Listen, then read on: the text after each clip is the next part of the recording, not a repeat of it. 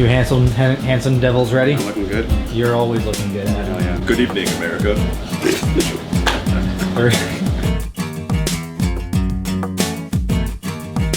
With the social cue, why don't you guys introduce yourself? Who you guys are? What do you guys play in the band? I'm Dan. I sing and play bass. My name is Justin. I do a little singing and I play the guitar. I'm Adam. I'm new. I play drums. Yeah, these guys just played a couple amazing songs for me, and you guys are gonna love to hear it afterwards. But start off this interview, I gotta ask, how did you guys come up with the name? Where'd the social cue come from? We tried out a couple different names. Originally, me and Justin were in a band called Electrek, and we realized that that was really hard for people to spell. So it kind of came out of that. We went by the Midnight Danish for a little bit. Justin ultimately came up with the name. It's a banger. I like it. Adam, when did you come along into the band? Like 2 months ago, I think, at this point. Yeah, 2.5 months. Roughly 2 months. Yeah. Now, how quickly did it take for you guys to acclimate Adam into the band? Because you guys 2 said weeks. before you had 2. Yeah, I think we played a show 2 weeks later. Really? Yeah. Yeah, he was a trooper. It's a sink or die situation. We've known Adam for a while, though. We've played with some of his other bands like Jammer and Brain Breakfast.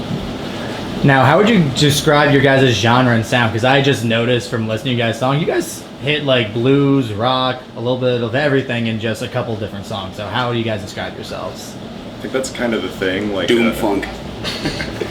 Yeah, that's kind of part of the name, like social critique or criticism. So we do a lot of like genre hopping and genre bending. A lot of it's like satire, even. Ultimately, like we play psychedelic rock, though. Like, I think that's like the underpinning of it all. Ichi, what are your guys' own musical influences? As a performer, probably like Afro Man and Kermit the Frog. But musically, probably like Black Sabbath and the Talking Heads. That's pretty loaded for me. I kind of got into music through like Parliament and like funk. That was my first musical love. And then I kind of fell into rock and roll. I loved AC/DC and shit like that. Kind of made me want to play guitar. And then I heard the Black Eyed Peas, and I discovered Dick Dale through the Black Eyed Peas. And then that's kind of what makes up the seeds of my playing. Just 70s rock. There's hints of world music in there. Jimi Hendrix played a big part of the stuff that I've ripped off. Van Halen, I've ripped him off. I'm out here ripping everybody off. If I've heard your music, I've ripped you off. For me, as far as drumming and my, who I'm thinking about while I'm playing, I really started learning drumming through like prog metal and like just angry music. NJL. NJL, yeah. But it's mostly Chris Adler from Lamb of God with the kind of just crazy shit that is unnecessary, but it sounds cool. Or that, and also like rap records that like sample stuff, like funk and stuff. Yeah. Like just a bunch of old soul records. G-Funk, bro. Old soul records. Ripping that off too.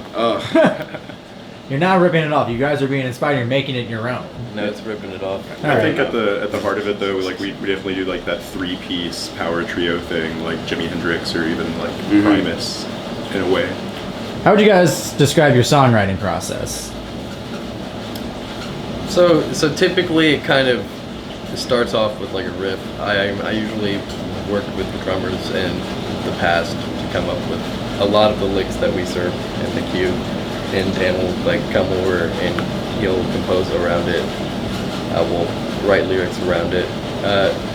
Bread, though, what you will hear was a large in part a creation of Dan. Yeah, I just kind of came up with a bass line, came up with some lyrics to that. I think a lot of our songs kind of come out of like improvisation too. Like we'll just jam for a while. And I could hear that a lot. Takes root. Which brings me into the next question. How does rehearsal go for that? Because you guys for 3 guys, you have a lot of different layers and instrumentals going on. How do you guys keep that organized? What does the rehearsal process look like for you guys? A lot of it's getting ready for shows, just like prepping those songs and stuff. Like recording, getting ready for shows does take up a lot of that time. But when we're not doing that, like we just get in a room and play together, make some There's stuff. There's a lot of criticism of others that's like welcome, but there's also like self-criticism that's kind of built into our rehearsal process. So like all three of us are super hard on ourselves, but also each other in a friendly way. And I think that kind of raises it to a higher level of good. And I agree with that 100%. That's one thing people always forget, and probably Justin the hardest won't thing. even wait till after the show to tell me I fucked something up. No, that's the hardest thing, especially when you're in a band, is communication. You don't, especially musicians, egos clashing, all that fun stuff. You guys keep mentioning live shows a lot. How did COVID affect that? Obviously, since it seems like your environment, your sound is really good for live shows. Even just me standing here, I wanted to dance and get into it. You guys are fucking amazing. So how did COVID really affect that? So we did a couple really botched live streams, and it was a total mess for us, honestly. We played like one outdoor gig during the midst of it all, but besides that outdoor gig, we didn't really play a gig for like the year or so. We were on a roll there too. Before COVID hit, we were about to drop an album. Really? We did release an EP like right as the world shut down almost. We released our EP in March, and then everything shut down right after that. So we had like an album release show planned and everything like that. It didn't get to happen. It was kind of hard. Gave us a lot of time for like rehearsal and all that though. And we've been recording an album kind of since then. It's had a few like false starts, but. You brought in Adam. Did you guys decide, okay, now let's start making a new album, let's start this new project pretty much? Okay, so I was formerly the producer for the music that you'll hear on our current channels. I was in the midst of recording it with the former drummer who we had for like roughly 8 months. He quit the band preemptively, and Dan and I were kind of searching for a way to move forward. So I tried to pirate Superior Drummer, and in the midst of that, I deleted the stuff that I had recorded because I needed more space on my computer. And it was on a partition of my hard drive that was from my old computer, which is what I deleted. So that we're like albumless and drummerless, and we're just like, fuck. It's COVID. So Adam and I, we play in Bird Brain Breakfast together. I play lead guitar, Adam plays bass. And just at practice, he was playing the drums, and I just look at him, and I'm like, you want a job? And that's word for word how it went down too. You want a job? He was a little hesitant at first, but he came along. He's been really reliable. He's been pushing through. And ultimately, I just kind of wanted to take my hand off of it for a while because it's been such like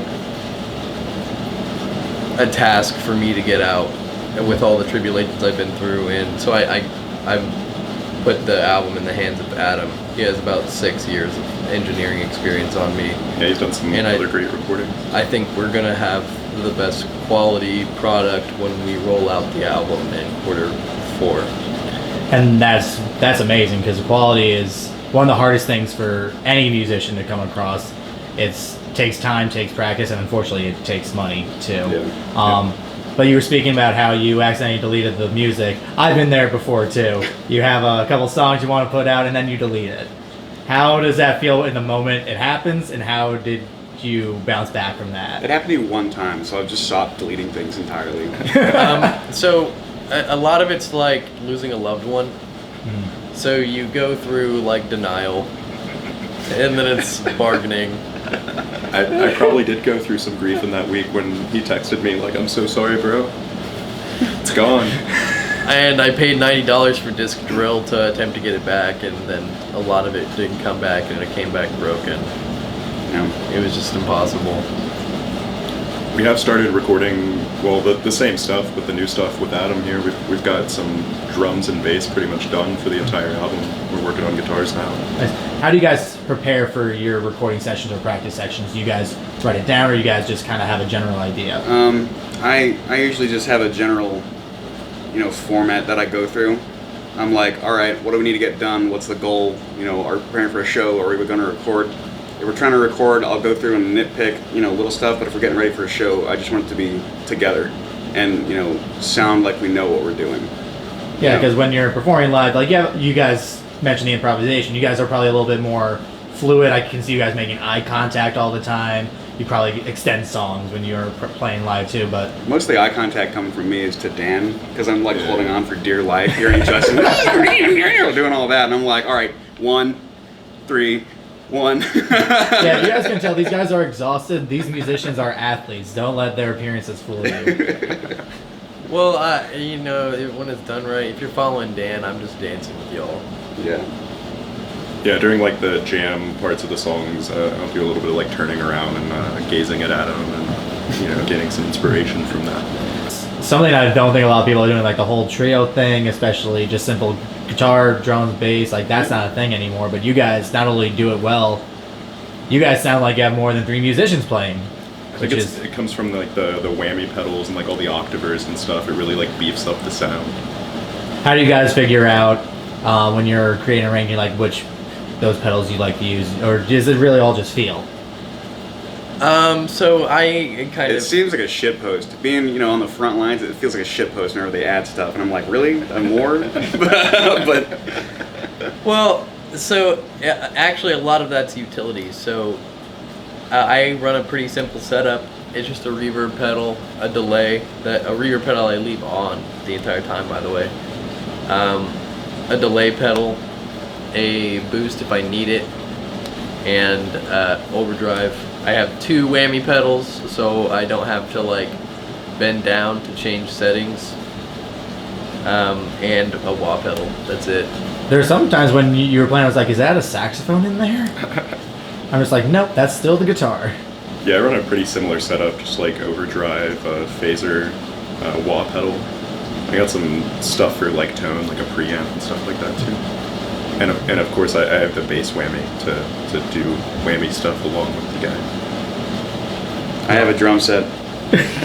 And since you guys are like heavily instrumental, the lyrics, where did those come in? First off, you have an amazing voice. You sound like you could be like a cross between Billy Mays and a movie announcer.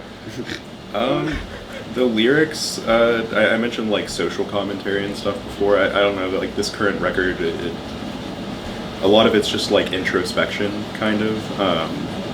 Honestly, a lot of my songs I write when I'm like washing dishes or at work or something, so it kind of has this like flow of consciousness, like stream of consciousness kind of thing to it. Like I don't mean to write a song in that moment. I just do, and then I'll work on it later. Like the inspiration comes, and then I'll sit down with it. And one thing that I appreciate, I'm sure some people will too, is the simplicity. You guys don't have a lot of lyrics, which I feel like obviously doesn't take away from the instrumental, but it also makes you want to listen more to like what are they saying, because there aren't that many words. I heard, so we were rehearsing for like a month and a half before we started recording stuff, and I went through and did scratch tracks with Dan. When he got to the vocals, he was dropping shit like Prometheus and detritus, and I was like, oh my god, this is like an SAT question, like trombone detritus. I was an English major, so I think a little bit of that comes out in like the vocabulary and the for the ratio of music with lyrics versus time where there's no words, you really makes up for that in advanced word quality. So COVID's winding down. Live shows are coming back. You guys played a live show last night. Yeah. How often do you guys want to, or how often do you guys plan live shows out? Love to play at least weekly. It's getting there. Like not everywhere is booking yet. We just talked to another bar about booking last night, so it's getting there. You guys play mostly in the Dayton area, Dayton, Ohio area. For those not familiar watching this, yeah, we're trying to branch out. Regionally, like Indianapolis, Fort Wayne, Columbus, Cleveland, Athens. Yeah. What are some places you guys have played around here that people would recognize watching this? Blind Bob's Bar. Jimmy's Ladder 11. 11, yeah. Outside. Yeah, the gig last night was an outdoor gig. Yeah. Like, we had to bring our PA and everything.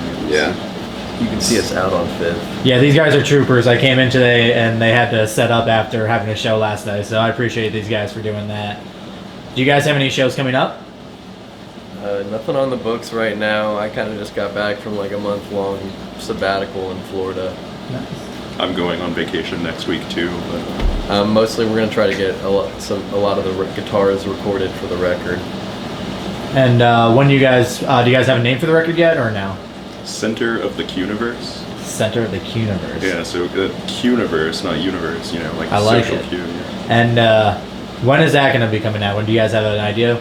Q4 this year. October. Like Halloween? October kind of talked about. 28th. I can see how Athens the organized one out of you three right now. We've talked about it. It's not set in stone. I'm only but, saying Q4 so Yeah, 25%. because shit happens. And what social medias and where can people find you online? Where can they listen to your music? You can find us on Spotify, you know, Deezer if you're into that. Tidal, please listen to us on Tidal. We get paid the most on Tidal. Apple Music, it's all there. YouTube, Facebook, all Instagram, all those guys. We're currently working on a big fat rebrand. So there's not too much on the socials right now, but towards There will be. Q4 of the year, there will be mass. I did notice on your Spotify you guys have a link for a Cash App. Can people send money there for you guys if they want to support you guys? If you want to help us out, that would be awesome to keep moving this stuff forward, making it more quality for y'all. Yeah, we're completely DIY, so anything like that is useful. Well, thank you guys so much. If you guys are in the Dayton, Ohio area, Indiana area, make sure you guys check out the Social Q whenever they're at a bar, outdoor area near you. They are phenomenal. You guys will love it. You guys are going to love them. They're some amazing guys, amazing musicians. So, any last words you guys got, or? Center of the Universe, Q4, anywhere music is virtually stolen.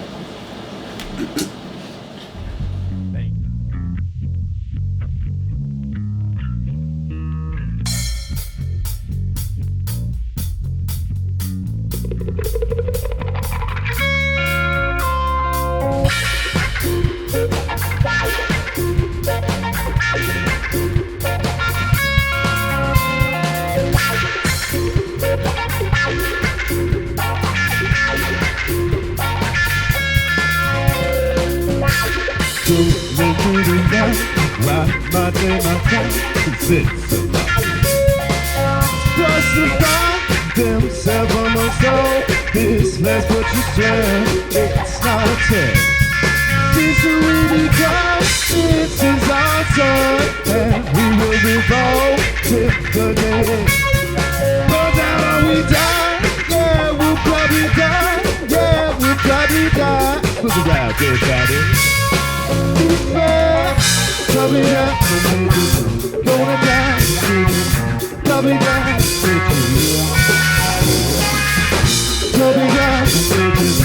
gonna die, probably die,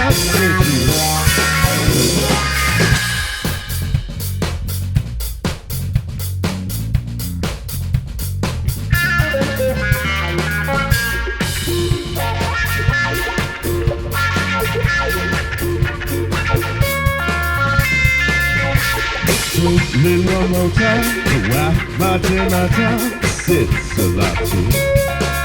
Cross the ground, from out below. This mess what you swear, it's not in jest. Since who we began, and who they become, why is the observer with now? Population, it'll probably die, it'll probably die, it'll probably die, bitch. Not that I'm red, probably die, gonna die, probably die, bitch. Probably die, bitch. Gonna die, bitch. Probably die, bitch. Now you are, take it. You got that. Fairly recognizable extra and just try this. A bomb.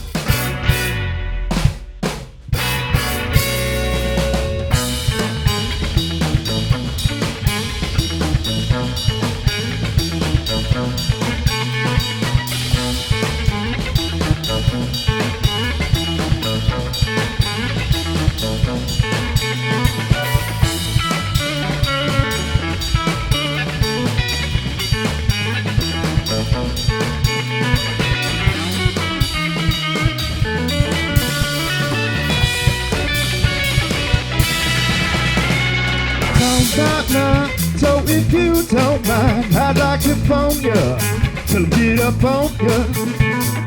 At the time you would be mine, oh mine, and then I phone you till I get up on you. I sound wrong, but there's a party song, and it's up on you, right on you. At the time you would be mine, oh mine, and then I phone you till I get up on you. Bring it down now.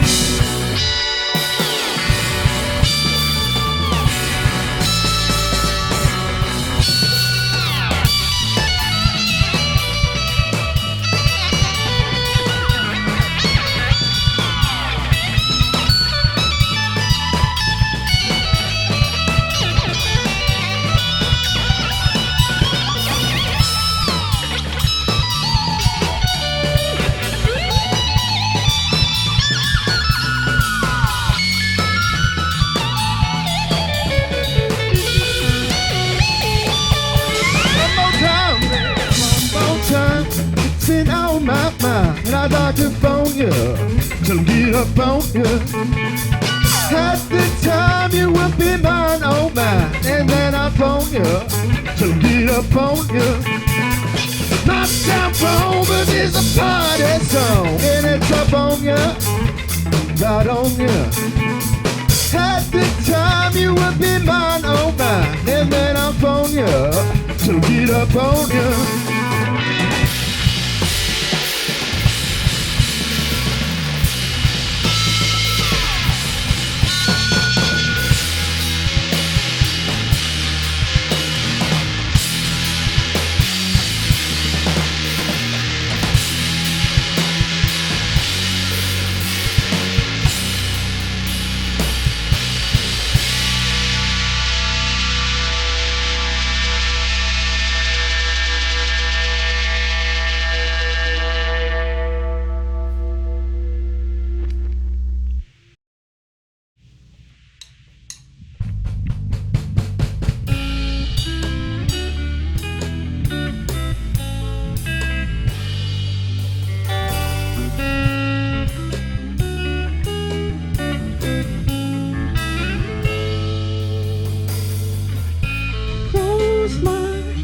But I feel away. I feel you with me in this state.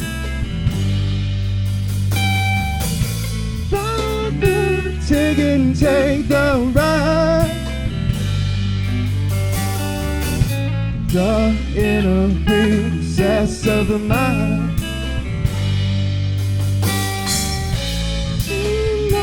Sun, the moon, and stars. Things from out where we are. Strange see we live a sea. It's from this sound our hearts beat. I can feel you breathing, and I know what you're thinking when you're coming around. Inside our hearts beating to the supersonic sound, supersonic sound, supersonic sound.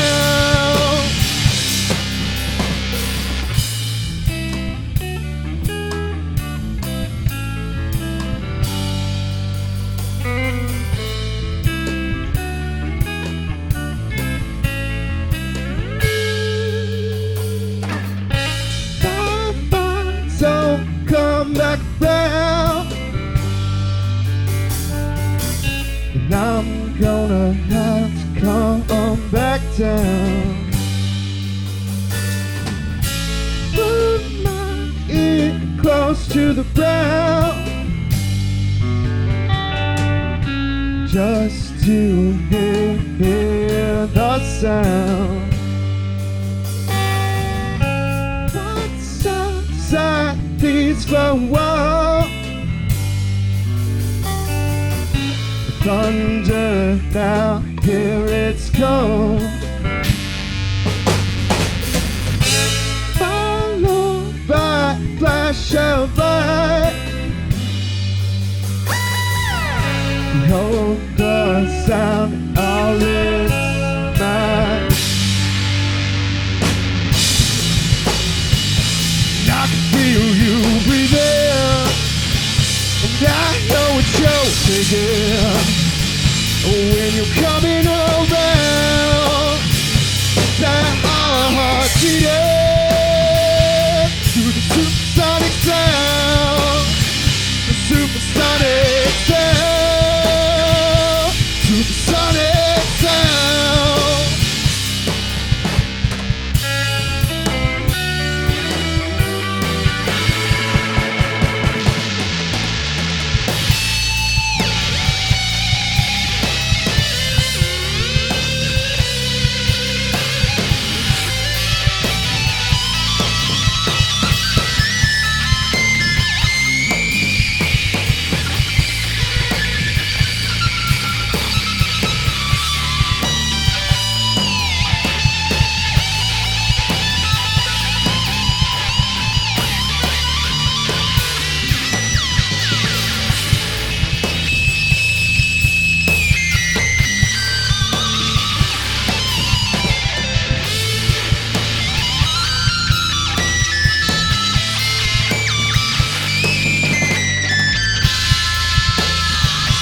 I can feel you breathing, and I know what you're thinking.